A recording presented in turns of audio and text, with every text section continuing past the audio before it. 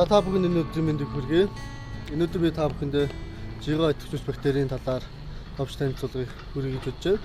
Энэхүү бүтээгдэхүүн дэлхийн чих хандлагын дагуу Монгол эдийн засгийн судалгааны үзэн дээр бий болсон инновацийн бүтээгдэхүүн байгаа.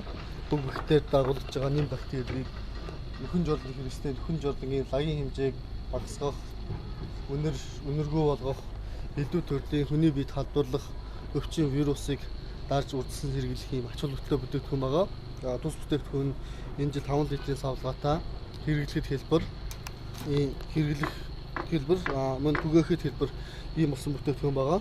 Уг бүтээгдэхүүнийг нөхөн жолд хэрэглэхээс гадна нийтийн хэрэглээний бохирын систем, септик системд хэрэглээд нэм төхөөрөмжтой ийм бүтээгдэхүүн байгаа.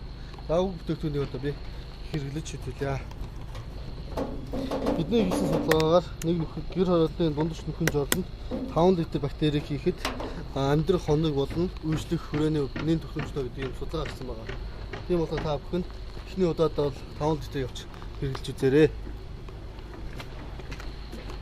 Хэмжээний нөхөн жолондоо жигтгэн хараагаа татчихсан. Энд бол эдгээр янзын тусгай зөрүүлийн багаж тоног төхөөрөмж шаардлагагүй. Хэрэглэж нэг хэлбэрийн бүтээгдэхүүн байгаа.